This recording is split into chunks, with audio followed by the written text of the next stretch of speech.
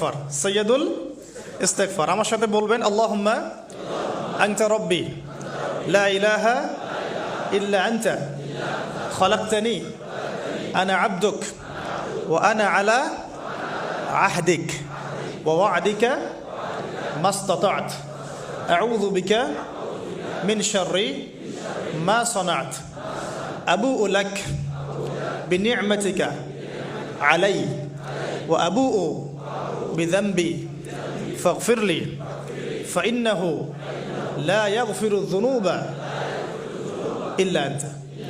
এই যে আমরা গত লেকচারে বলেছিলাম যে আমাদের ইবাদতগুলো অন্তঃসার শূন্য হয়ে যাচ্ছে এই কারণে, বিকজ আমরা অর্থটা বুঝি না।